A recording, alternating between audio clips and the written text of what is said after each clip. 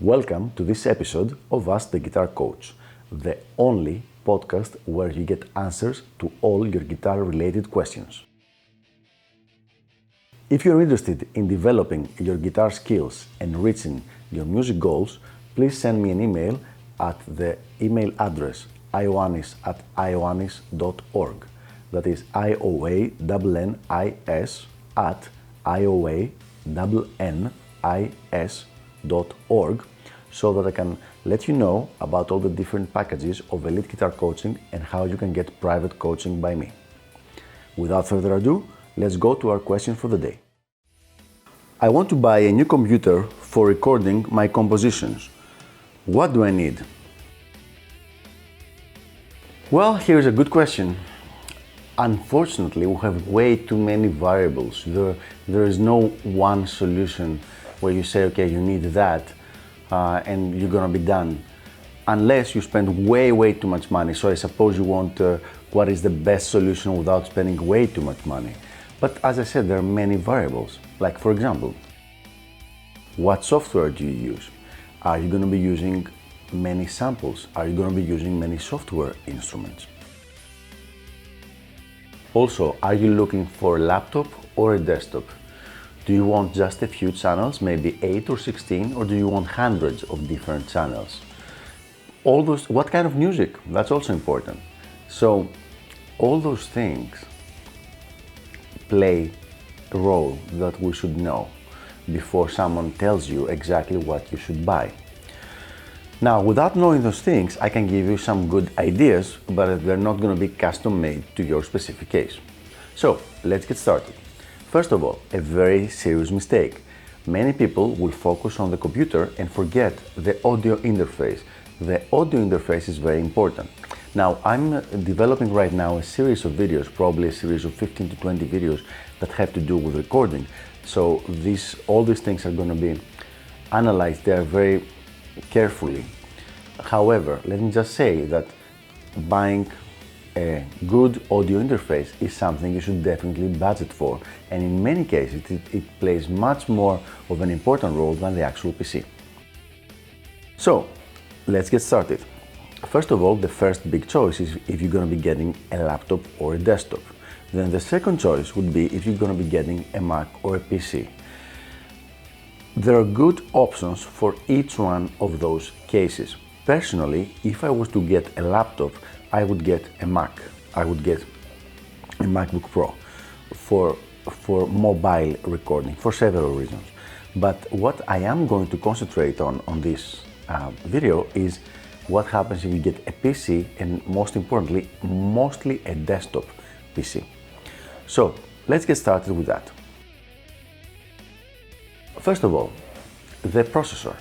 In most cases, the processor is not going to be way too important unless you load it up with a lot of RAM samples, a lot of samples and a lot of software instruments. In that case, it becomes more important. However, modern day processors, they're very powerful. So if you get a good high quality i5 Intel processor, or even better an i7, you're going to be fine. You're not going to have a problem with the processor. So that's probably the sweet spot, a medium, low to medium i7. Next thing, RAM. RAM is quite important for recording purposes because that's where all the samples are loaded and there's a lot of work done in RAM.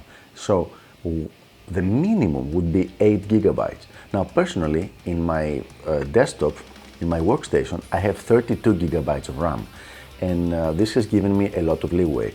Now, depending on when you're watching this video, if the RAM prices are low, I would suggest go for a lot of RAM than less RAM, because that's going to give you a lot of leeway to load up stuff in your workstation and do a lot of things with your music. So I would suggest at least the very minimum of 8 gigabytes, an average of 16, and if you really want to go overboard and be very cool with RAM and have a lot of stuff happening at the same time, you can go for 32 as I did. The next thing is obviously the hard drive. Now, you definitely, absolutely, without any doubt, you need an SSD hard drive. This will need to be at least 256 gigabytes. I would go for 512, but you also need a second hard drive that you're going to put all the samples in and all the data and stuff like that, things that need to be in the computer, but you don't necessarily need to have them in an SSD drive. So what goes in the SSD drive? Well, the project that you're working on, and also the basic operating system of the whole computer. Now, if you are using a lot of samples and a lot of software instruments, maybe it would be a good idea, provided you have enough space, to put them also on the SSD drive so that they're available very, very quickly to the CPU. But I would suggest a 500 gigabyte SSD drive plus a minimum 1 terabyte of regular hard drive. So let's move to the GPU, so the graphics card. Now, the graphics card is, in very simple terms, not important at all. Just get a very basic graphics card, something that has shown to have very few problems and that has very solid drivers, and you'll just be done with it. You don't have to worry about the graphic cards. However, one thing that you should worry about is the screen space.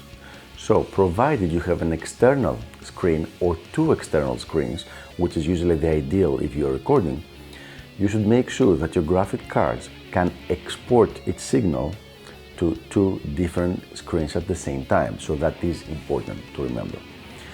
If you are recording, and especially if you're mixing and mastering, you need a lot of screen space. So getting a big monitor, or a couple of them, even better, would be ideal. So keep that in mind when you're budgeting. So all in all, the PC is gonna be below $1,000. However, this does not count for the cost of the monitors or the cost of the recording interface. So you should keep that in mind when budgeting, that you will need a few hundred more for those two things. So there you have it.